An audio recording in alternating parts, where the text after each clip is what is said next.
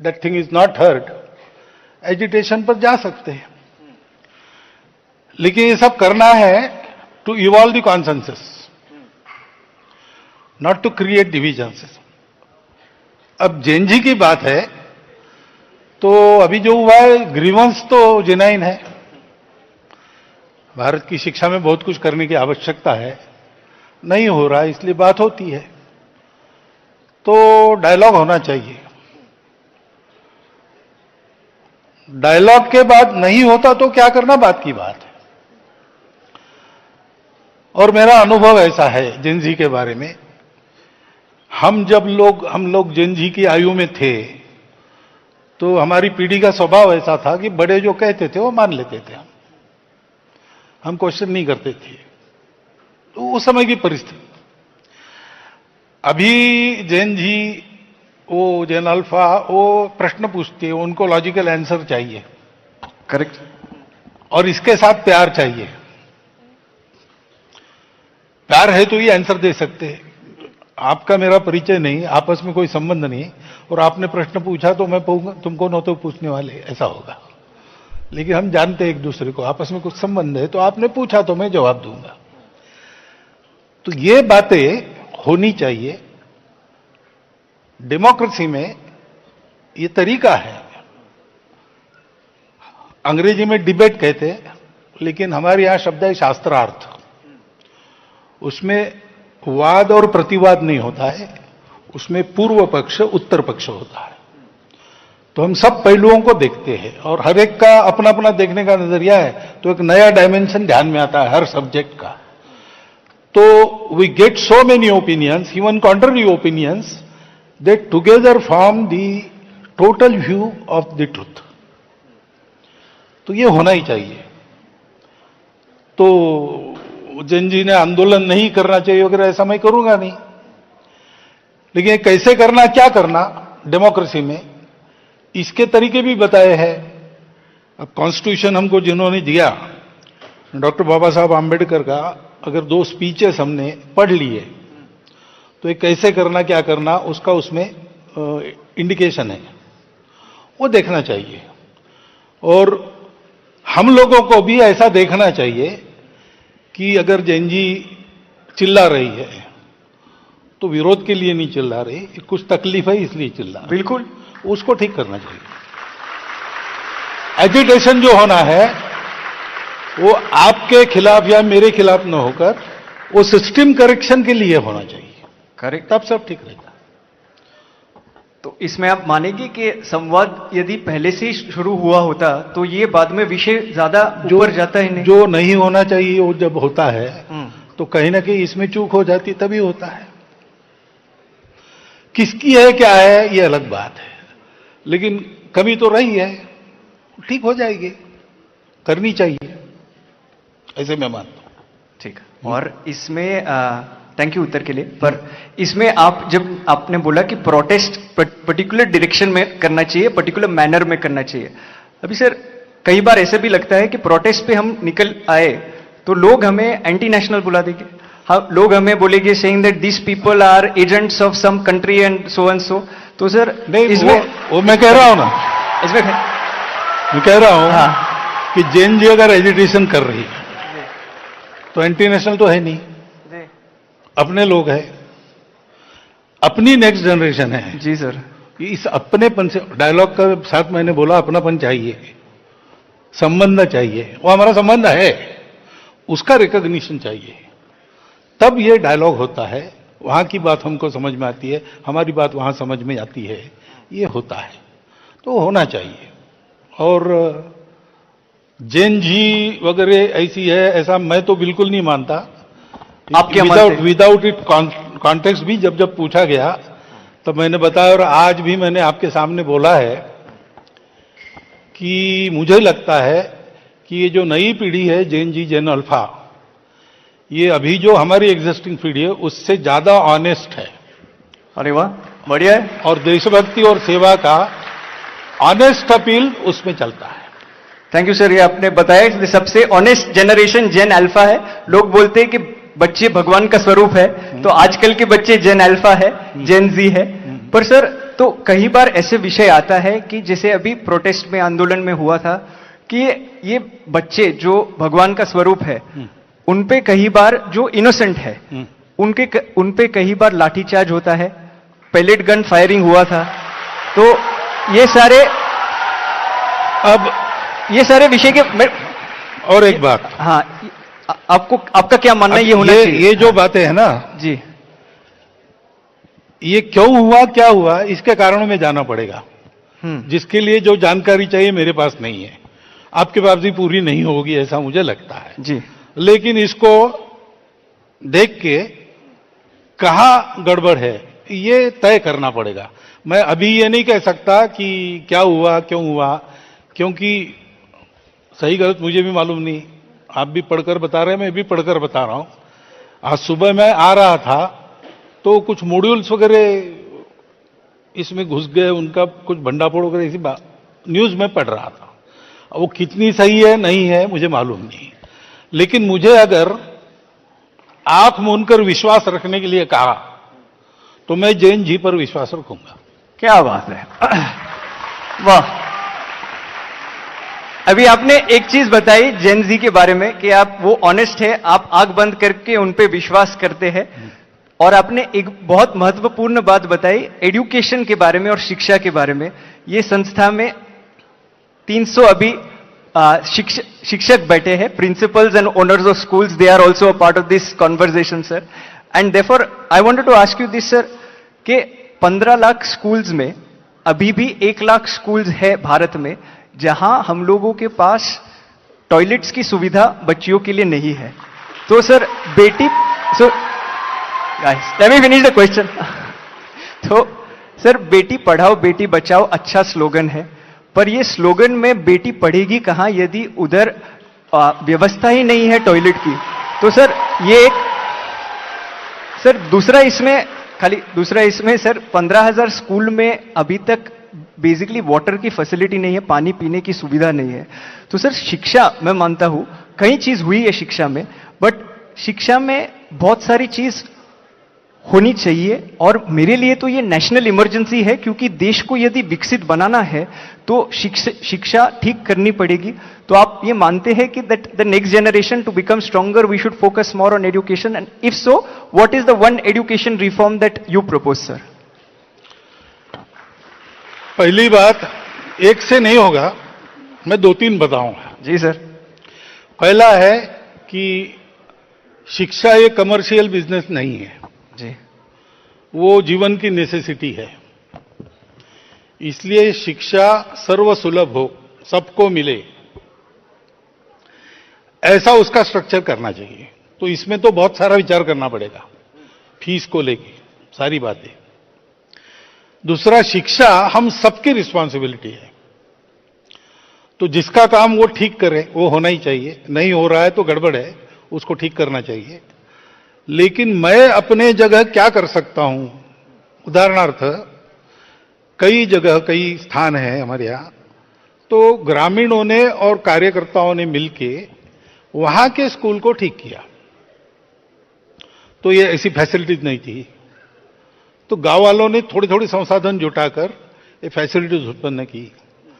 पास के शहर में किसी भले आदमी को पकड़ा, कंप्यूटर स्क्रीन उसने स्कूल में लगा दिए, ऐसा करके किया। अब शिक्षा का जो फाइनेंशियल बर्डन है, अगर समाज पूरा ध्यान देगा, क्योंकि ये शिक्षा सरकार की दी हुई वगैरह नहीं है, ये हमारे बच्चों की शिक्षा है। तो हमारे बच्चों की शिक्षा ठीक हो, इसलिए हमको भी एक्टिव रहना चाहिए, विजिलेंट भी रहना चाहिए और असिस्ट भी करना चाहिए। ये अगर एक्टिविज्म हुआ तो ये सुधार बहुत जल्दी आएगा। बाकी जिनको शिक्षा देनी है उनका भी ट्रेनिंग होना चाहिए। We have to start from teachers, train the teachers, ये करना चाहिए। बाद में फिर पाठ्यक्रम वगैरह बातें आती है, बाद में आते हैं, नहीं बाद में करने की नहीं है, साथ साथ करनी है। लेकिन बेसिक तो यह है कि शिक्षा हम अगली पीढ़ी बनाने के लिए दे रहे हैं, स्कूल चलाने या पैसा कमाने के लिए नहीं दे रहे, ये होना चाहिए। और हम सब लोगों का सहभाग उसमें होना चाहिए, सब लोगों का ध्यान रहना चाहिए, तो ठीक रहेगा। ये दो बदल अगर हम करेंगे तो बहुत जल्दी बातें ठीक हो जाएंगी। ऐसा कुछ जो हुआ है थोड़ा सा इस दृष्टि से, उससे मेरा अनुभव है। और बोल ही देता हूं मैं, आप लोग भी कुछ ऐसा प्रोजेक्ट लेंगे आगे, 15 साल हो गए हैं, अब हमारी एक ताकत बन गई है, उसके भरोसे ऐसा अगर समाज को साथ लेकर शिक्षा में कुछ ठीक ठाक करना, ऐसा आप लोग करने लगे तो इस प्रयास में और बहुत एक बड़ी प्रयास की मात्रा जुड़ जाएगी। Thank you. प्रयास ये रहेगा कि एजुकेशन में भी अभी ऑन ग्राउंड जाके स्कूल्स में क्या कर सकते हैं, इन टर्म्स ऑफ इंफ्रास्ट्रक्चर वगैरह भी क्या करना है, कैसे करना है, वो करेंगे। पर इसमें सर आपने टीचर्स के बारे में बात की, तो जस्ट वन क्विक फॉलोअप इसमें कि 10 लाख टीचर्स की वैकेंसी भी है आज की तारीख में। ये बात सही है कि 1 करोड़ टीचर्स है, बट 10 लाख टीचर की वैकेंसी है सर। तो ये मैं मानता हूं, और मैंने जब ये पूरा आंदोलन हुआ था तभी मैंने एक प्लैकार्ड लिया था, not for CJP, not for BJP, I am for education, how many like me, ऐसा करके मैंने सर लिया था। तो पर सर इसमें सुझाव हम लोग ने दिया था कि please form a committee of experts, and वो कमिटी ऑफ एक्सपर्ट्स बनाई गई जो ए पॉलिटिकल कमिटी है सर। पर 2024 में भी ऐसी कमिटी बनाई गई थी, राधाकृष्णन सर की कमिटी। ये कमिटीज बनाते रहते हैं हर सरकार सर, पर सर कोई सरकार ने 6% अब तक एजुकेशन को बजट नहीं दिया है। तो सर मैं आपके माध्यम से, बिकॉज नेशनल मीडिया आपके कारण हमें भी देख रही है, तो आपके माध्यम से do you think that the government should pay more attention to education sir? क्योंकि 6% बजट एलोकेशन की मांग तो पुरानी है और हम उसका समर्थन करते हैं। बढ़िया है। हम तो बढ़िया है। एजुकेशन वगैरह में जाने वाले लोग नहीं हैं, लेकिन ये मांग उचित है, ऐसा हमको लगता है, उस पर इम्प्लीमेंटेशन होना चाहिए।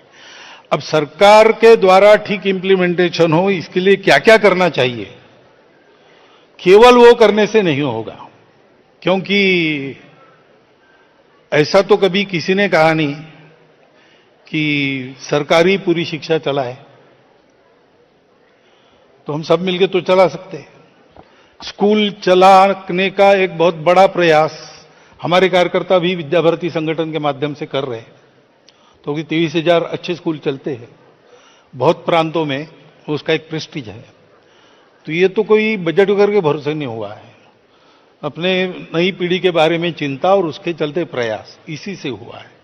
मुझे लगता है ये स्पिरिट जगाने की आवश्यकता पहली है, बाकी सब अपने आप हो जाएगा। अगर ये हुआ तो जनता में एक मूड बनेगा, और कोई सरकार या कोई पॉलिटिशियन जनता को इग्नोर नहीं कर सकता, तो बिना आंदोलन के भी ये हो जाएगा। बिना आंदोलन के भी ये हो जाएगा और 6% बजट मिल जाएगा। अरे वाह, ये सुन के बहुत अच्छा लगा। And I am sure that this is something that everybody resonates with, who believes truly in the cause of education. Yes, thank you. पर सर एजुकेशन के अलावा जेन जी और जेन अल्फा को बहुत अनेक अन्य चीज इंफ्लुएंस करती है। उसमें से एक बड़ी चीज जो मैं मानता हूं, जो आंदोलन में भी देखा गया, वो है सोशल मीडिया।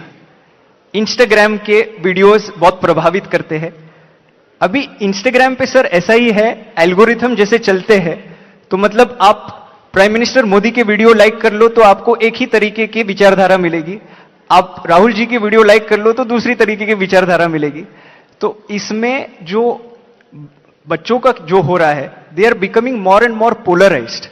तो सोशल मीडिया पे जो रील मॉडल्स भी है, तो एक तो ये पोलराइजेशन का विषय है, और दूसरा है सर, जब मैं क्रिकेट देखता था तभी मेरा रोल मॉडल राहुल द्रविड़ था। तो वो सर 100 बॉल में 1 रन बनाता था, सब लोग ताली बजाते थे। सर अभी जनरेशन बदल गया है, इंस्टेंट ग्रेटिफिकेशन का जनरेशन है। वो लोग को लाइक तुरंत चाहिए, वो लोग को चीज तुरंत चाहिए, क्योंकि वो लोग के जो रील मॉडल्स है जो इंस्टाग्राम पे दिखते हैं वो वैसे है। तो हम लोग दोष ठहराते हैं जेन जी को जब भी कुछ गलत बोलते हैं वगैरह एटसेट्रा एटसेट्रा, जो वो बोलना नहीं चाहिए। पर eight the same point in time social media और समाज का भी इसमें बहुत बड़ा योगदान है। तो how should India tackle social media? अन्य देशों ने तो बैन कर दिया below the age of 16, Australia है, फिनलैंड है वगैरह। तो बैन करना चाहिए या दूसरा कुछ तरीके से उपयोग करना चाहिए इसका? आपके प्रश्न में ही उत्तर है। नियम बनाना, डिसिप्लिन बनाना, ये ठीक है, लेकिन ये तब यशस्वी होता है जब एटीट्यूड बदले। तो कानून तो बहुत बने हैं, उनका क्या हो रहा है? तो समाज माने तब कानून चलता है। तो आपने बताया कि रोल मॉडल वैसे है, रोल मॉडल तो पहले पीढ़ी के, वो वैसे है, तो रोल मॉडल को बदलना पड़ेगा अपने आप को, है ना? हम एक, जैसे सोशल मीडिया पर एक मैं इकॉन हूं, तो मुझे ये एहसास चाहिए कि मेरे कारण 10 लाख लोग अनुकरण करते हैं मैं जो करता हूं उसका, तो मेरी रिस्पॉन्सिबिलिटी हो गई कि 10 लाख लोग मेरे पीछे चल के गड्ढे में न जाए, इतना तो मुझे देखना है। ये विवेक चाहिए।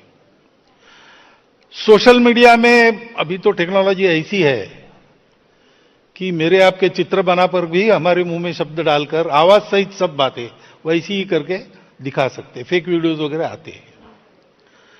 तो ये जानने के बाद सोशल मीडिया का उपयोग करते समय ऑथेंटिक सोर्स से वेरिफिकेशन किए बिना विश्वास नहीं रखना,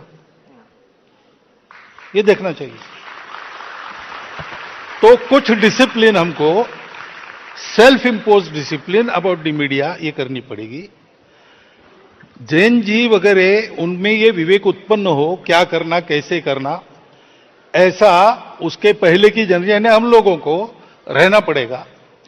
उसके बाद अगर ये डिसिप्लिन वगैरह लागू होती है तो काम करेगी, नहीं तो फिर किसी बात को बैन करो आप तो 2 नंबर के मार्केट में चली जाती है और ज्यादा जोर से चलती है। ये नहीं होना चाहिए। इसलिए इसका उत्तर देना है तो पूरे समाज को ऐसा उत्तर देना पड़ेगा सरकार सहित, तभी ये काम होगा। सर, अभी परंपरा, प्रतिष्ठा और अनुशासन, वो डायलॉग जो था अभी इंस्टाग्राम का मीम बन गया, जैसे मतलब वो पोस्टर बन गया, पर ये पोस्टर से निकल के एक्चुअल में परंपरा सेम रहनी चाहिए। एंड ये आपने जो बताया दैट सही रोल मॉडल्स चुनने चाहिए, पर इसमें एक चीज है, जो ज्यादा हेट करता है, ज्यादा वायलेंस करता है, तो उनको ज्यादा व्यूज मिलते हैं, उनको ज्यादा लाइक्स मिलते हैं। आज शायद से राहुल द्रविड़ को T20 टीम में मौका भी ना मिले, तो जमाना थोड़ा बदल गया है, तो इसमें नए रोल मॉडल्स को सामने कैसे लाए? अब ये थोड़ा कॉन्ट्रास्ट है ना, we don't believe in violence, ऐसा भी हम कहते हैं ना, वही यानी जैन जी वगैरह वगैरह सब, they don't subscribe to violence, then why they believe in the role models which are violent? Then why they believe in the role models which are violent? ये हमको विचार करना पड़ेगा। So we have to decide, मेरा purpose क्या है, मेरा क्या है, उसके अनुसार हमको विचार करना पड़ेगा। तो वहां एक बात, यहां एक बात, ऐसा तो नहीं चलेगा। दूसरा विषय इसमें, it is India's international movement to unite nations. यहां पहले रोमे और अन्य देशों से कई एम्बेसडर्स, कई व्यक्ति आए हैं, स्टूडेंट्स भी जुड़े हैं।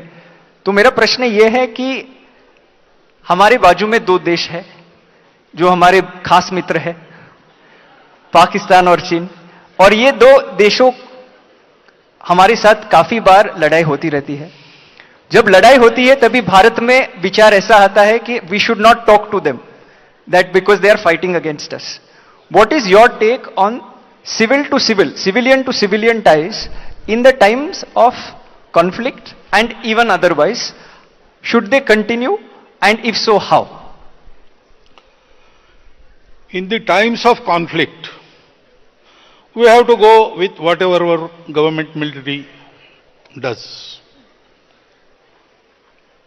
But that should not sever the ties which are already there. You have given 2 examples. Pakistan and China. China people say that for 2000 years, Bharat has given us some values. And Pakistan was Bharat, not more, less than 100 years before. This should not be forgotten. These ties cannot be severed. They can put at hold till conflict is there. But what is the solution? Bharat solution. Bharatiya solution is not conquering or obliterating others. To form that harmonious assimilating process, that requires dialogue. So conflicts may halt all these relations, but they cannot sever. They should not.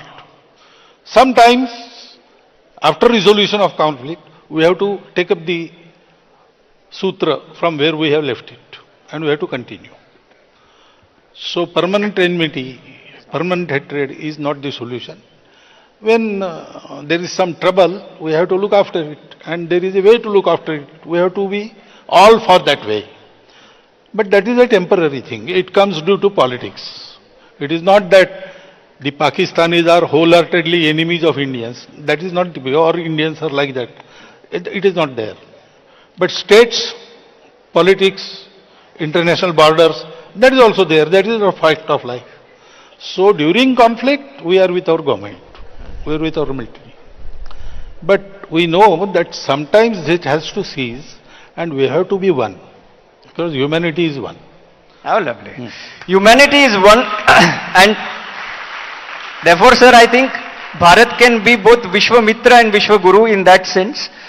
And we can hopefully unite the world, because we are not looking to conquer any other country, but we are looking to unite.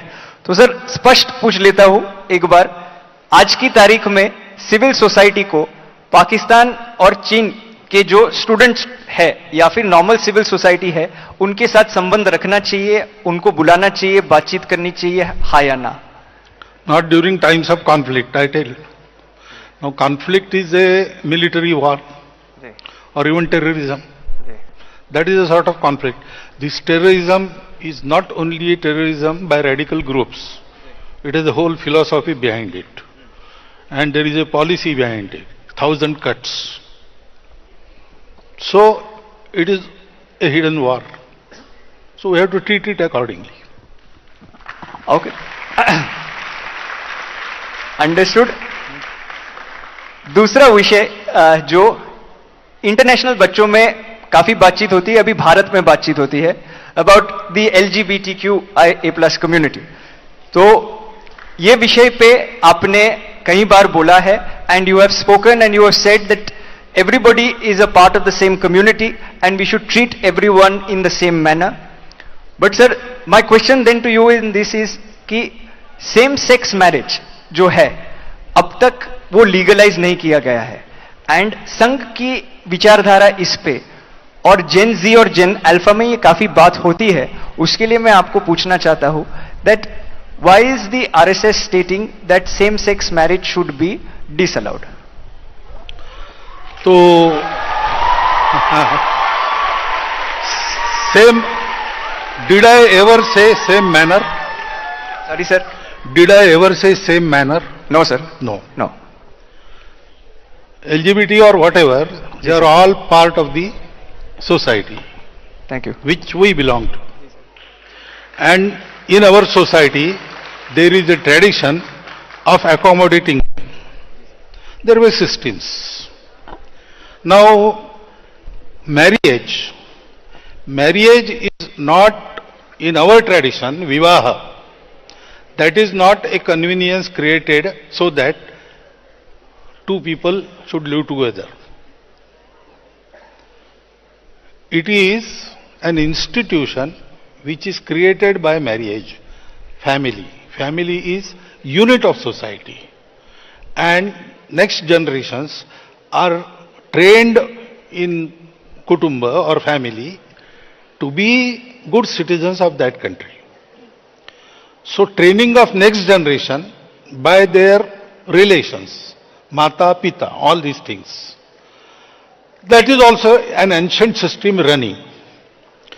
Now, we have to have some system first.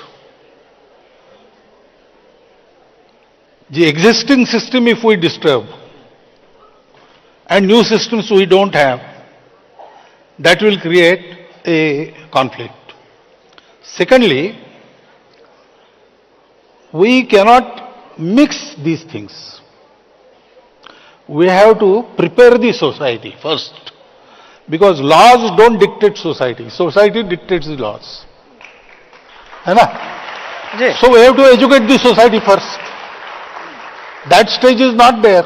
And at this stage, if we tamper with the Vivaha system, that will create some other side effects.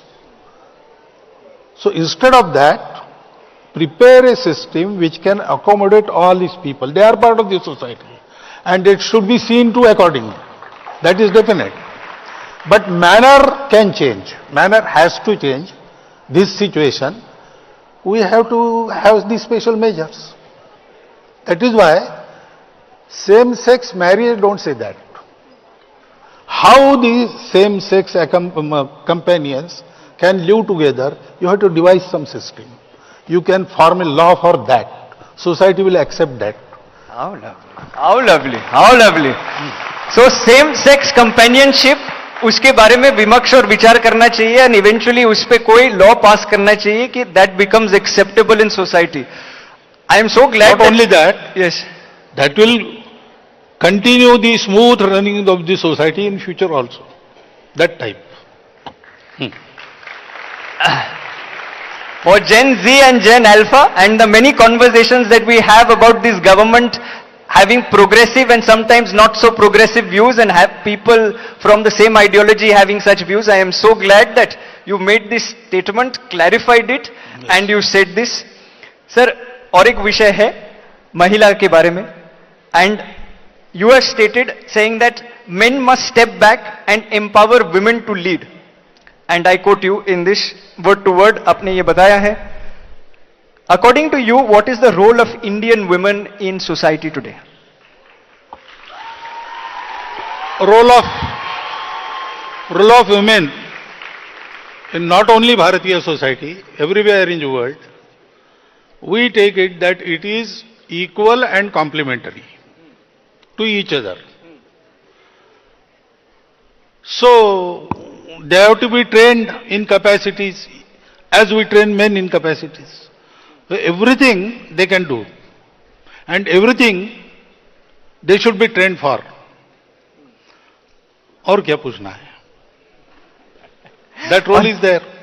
और sir इसमें ये पूछना है sir, the RSS truly believes that women are equal partners in nation building, but sir then why does the core organization of the RSS remain intrinsically male? And why is the solution? Okay. Guys, this is a samvad, this is not a vivad.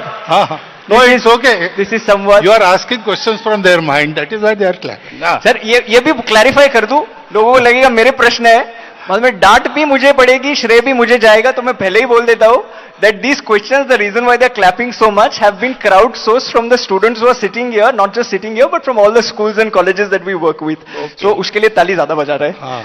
But sir, ये यदि why is the solution always to keep women in a separate parallel wing rather than integrating them into the apex decision-making body of the RSS?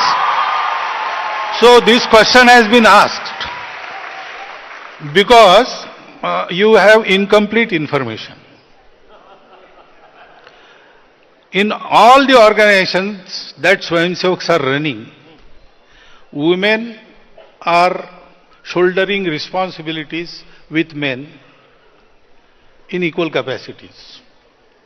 Except RSS, there is a reason. When RSS started, if we had started the organization in women also, we wouldn't have thrived. The times were like this. This question would not have been asked at that time, because it was very natural to form separate organizations of women. Secondly, the organization that were formed by women for the same purpose, Rashtra Sevika Samiti, it had and it has and it will have full support from RSS, even training. But they have told us that we will work here, you don't interfere. You work there, we will not interfere. We will help each other. That mandate, when they will withdraw, we will start doing work in women also. But in apex body of RSS, Akhil Bharatiya Pratinidhi Sabha, all the women working in the public field they are also invited in the process of decision making. They are there for full 3 days. So this information you should have, then this question will not arise.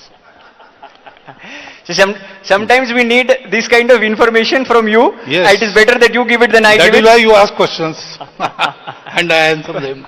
पर इसमें और एक चीज है sir कि आपने यदि बोला एंड जैसे लास्ट भी बोला था उसमें मैंने वापस क्लैरिफाई कर दिया था अबाउट LGBTQ. यदि if the women's wing of the RSS says that we don't need a women's wing anymore, then we will see one cohesive cohort that is between the RSS, that is the men and the women and everybody else equally and a part of the organization. It is not a wing, it Right. is separate autonomous organization. Right. If they say Right. that okay now RSS should also work, so we will start working in women. Okay. Okay. Sir second last question मेरे ओर से एक विषय है which is complementary to education. Education के बाद 24 की आयु के बाद स्टूडेंट्स एसेंशियली 21 के बाद they look for jobs. Bharat में there are 1.6 billion people now and there are 40 crore who are gen Z sir. तो इसमें जाहिर सी बात है दैट इतने सारे यूथ के लिए जॉब्स एक साथ क्रिएट करना it is a difficult task. But at the same point in time it is also true that there is a 16% youth unemployment that is there in our country, sir. It is also true, sir, that young people are not finding jobs of their choice. It is true that there is an all-time income gap between the rich and the poor. Last time such kind of inequality happened was in 1922, where the top 1% now holds 40% of our national income, sir. तो sir, unemployment में भी काफी चर्चा होती है. What is your take on unemployment and what should Samaj do and what should Sarkar do about this? Now, एक mindset हमको बदलना चाहिए. Employment is not only jobs. It is also entrepreneurship. It is also skilled work. लेकिन unfortunately अभी क्या है समाज में माइंडसेट ऐसा है कि हाथ से जो काम करता है उसको प्रतिष्ठा नहीं है. अब 4 लाख रुपया मेरे पास है, 4 लाख रुपए का चावल गेहूं किसान के पास है. मैं और वो किसान किसी ऑफिस में गए एक साथ. मेरे 4 लाख खाने से पेट नहीं भरता, उसका गेहूं चावल खाके मैं पेट भरता हूं. लेकिन मेरी इज्जत ज्यादा है, मेरे पास कैश है. उसके पास कैश जिसके लिए वो है उसकी इज्जत नहीं है. ये हमको इसको कहते हैं श्रम प्रतिष्ठा, dignity of labour. We have to regain that. वो नहीं है और इसलिए everybody runs after some service job, preferably government service, preferably in his own district, preferably near his home office should be there. And everybody rushes at the same door and no one gets in. While there are fields where his workers are not available. I also see what we call menial jobs. Doing that people have earned wealth. There are buildings, पानठेला वाला, puncture वाला, ऐसे लोग. एक बच्चा 8वीं में पढ़ाई छोड़ के होटल में काम कर रहा था. एक यूनिवर्सिटी के रजिस्ट्रार ने उसको पूछा, उसने कहा मुझे पढ़ना नहीं है लेकिन कमाना है, तो क्या करना चाहते हो? पानठेला. तो उसने पानठेला चलाया. उस समय 8वीं में था, अब तो जवान हो गया, शादी, लड़के बच्चे हो गए. 29 लाख की प्रॉपर्टी है उसकी पानठेला चलाते हुए. That registrar trained him for 1 year to run a पानठेला. ऐसे है. ऐसी एक उदाहरण, उस रजिस्ट्रार ने 400 लोगों को तैयार किया है. He is in Maharashtra. ऐसे बहुत उदाहरण है सर्वत्र. तो एंटरप्रेन्योरशिप चाहिए, श्रम प्रतिष्ठा चाहिए. सब लोग जॉब्स में ही जाएंगे, गवर्नमेंट जॉब में ही जाएंगे ऐसा नहीं है. अच्छा लाइफ इससे मिल सकता है. लग्जरियस लाइफ मिलेगा इसकी गारंटी नहीं है. अब हमको बहुत पैसा चाहिए, आराम से चाहिए, परिश्रम नहीं चाहिए, ऐसा अगर हम सोचेंगे तो ये तो ऐसा होगा कि स्वर्ग में जगह चाहिए, अमृतपान चाहिए, रोज ये चाहिए और परिश्रम कुछ न करना पड़े। तो वो सपने तो सबके सफल नहीं होते। लेकिन अनएम्प्लॉयमेंट जा सकती है अगर हमने जॉब को ऊपर नीचे देखना छोड़ दिया। और हमने छोड़ दिया है ने, मैं जॉब के लिए प्रयास कर रहा हूं, मेरी सवाल नहीं है, सोसाइटी ने छोड़ना चाहिए। जो कमा रहा है उसकी प्रतिष्ठा है, हाथ से कमा रहा हो, जॉब में कमाता हो, सरकारी नौकरी में हो, प्राइवेट नौकरी में हो, अपना उद्योग चलाता हो, कुछ भी चलाता हो, एजुकेशन में इसकी तैयारी चाहिए। पर आप बढ़िया आपने बताया ये, पर रिजर्वेशन, ये एजुकेशन में और एम्प्लॉयमेंट में एक मुद्दा मेन है जो है रिजर्वेशन सर। और रिजर्वेशन जब से चालू हुआ है, it is important to get reservation till the last person, because the ones who do not get opportunities deserve the reservation. But शायद से अंबेडकर जी ने भी नहीं सोचा होगा कि रिजर्वेशन अब तक कंटिन्यू हो रहा है। I am just following up on that, क्योंकि आपने ये बोला है। तो for general population sir, the thing is sir, reservation बढ़ता जा रहा है, एक राजनीतिक विषय बन गया है। एंड एक्चुअली जो टॉप 1% ऑफ SC/ST है sir, they have become the creamy layer, जैसे ओबीसी में हुआ है।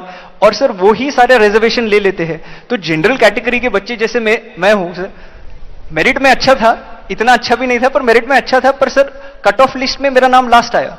तो सर मैं खाली इतना पूछना चाहता हूं कि reservation according to you, do you think it should be lifelong, or do you think now it is perhaps time in order to curtail reservation and bring it back both in employment and education, sir? I will not answer you directly. I will ask you to go to what Dr. Baba Saheb Ambedkar thought about reservation. If honestly we follow his advice, then there is no problem. Social कारणों से reservation है जी, social discrimination जब तक है reservation चलेगा। जिनको मिल गया और जिनका ठीक हो गया उतना लार्ज हार्टेड चाहिए, उन्होंने दे देना चाहिए। और अगर ये ठीक से होता है तो वहां ऐसे स्वर भी उठ रहे हैं जहां रिजर्वेशन मिलता है, वो अब ऐसा थोड़े है लेकिन कहना शुरू हो गया है कि अब हमने ले लिया, हमारा ठीक हो गया, अब दूसरे को दे दो। कैटेगराइजेशन की मांग कुछ प्रांतों में हो गई, अभी सुप्रीम कोर्ट ने भी कह दिया। ये क्यों हुआ? इसलिए कि सबको मिलना चाहिए। तो there is a stream in those who get the reservations that this is for our upliftment, this is not the permanent measure, and we have to take advantage of this, improve ourselves and make this useful for others, those who haven't got yet. ये वहां stream है, उसको encourage करना चाहिए। इसमें राजनीति छोड़ देनी चाहिए। सारे मेजर्स को प्रामाणिकता से इंप्लीमेंट किया तो जल्दी उसकी आवश्यकता समाप्त होगी, तब विचार करेंगे। लेकिन इसकी राजनीति हुई, इसलिए बैड ब्लड क्रिएट होता है। वास्तव में सामाजिक एकता के लिए मेजर लाया गया है, वो डिविजिव उपयोग उसका करने वाली, in itself measure is not wrong, but those who wield the sword, they are wielding it wrong way, intentionally. Unless that is cured, I don't see anything. I am so glad that you said this.